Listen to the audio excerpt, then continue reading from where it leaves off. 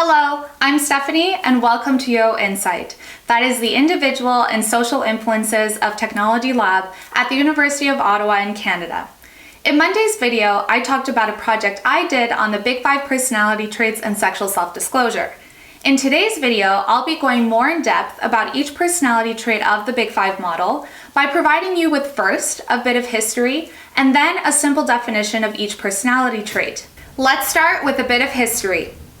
In 1947, Raymond Cattell, one of the most influential researchers to empirically study personality, developed 35 personality traits to describe people's personalities. In the 1960s, researchers Tubes and Crystal further broke down these 35 personality traits into 5 personality groups, specifically dependability, agreeableness, emotional stability, culture, and surgency. Later, during the 80s and 90s, Lewis Goldberg and his team came up with 5 personality traits. That is conscientiousness, agreeableness, neuroticism, openness, and extroversion, or CANOE for short. Sound familiar?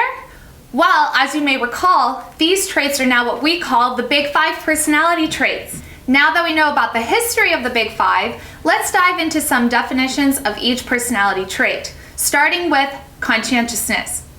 People who are conscientious tend to be responsible, hardworking, and organized. Agreeableness is the tendency to act in a cooperative and unselfish manner. Neuroticism is characterized by emotional instability and the likelihood to experience psychological distress.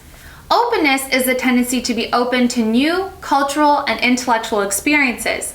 And finally, extroversion is characterized by an interest in people and the outer world. This model has been used in studies related to our lab's areas of interest, such as technology use, sexuality, and social psychology. And that, my friends, is the history and the definition of each personality trait of the Big Five model in a nutshell. I hope you found this insightful. See you soon.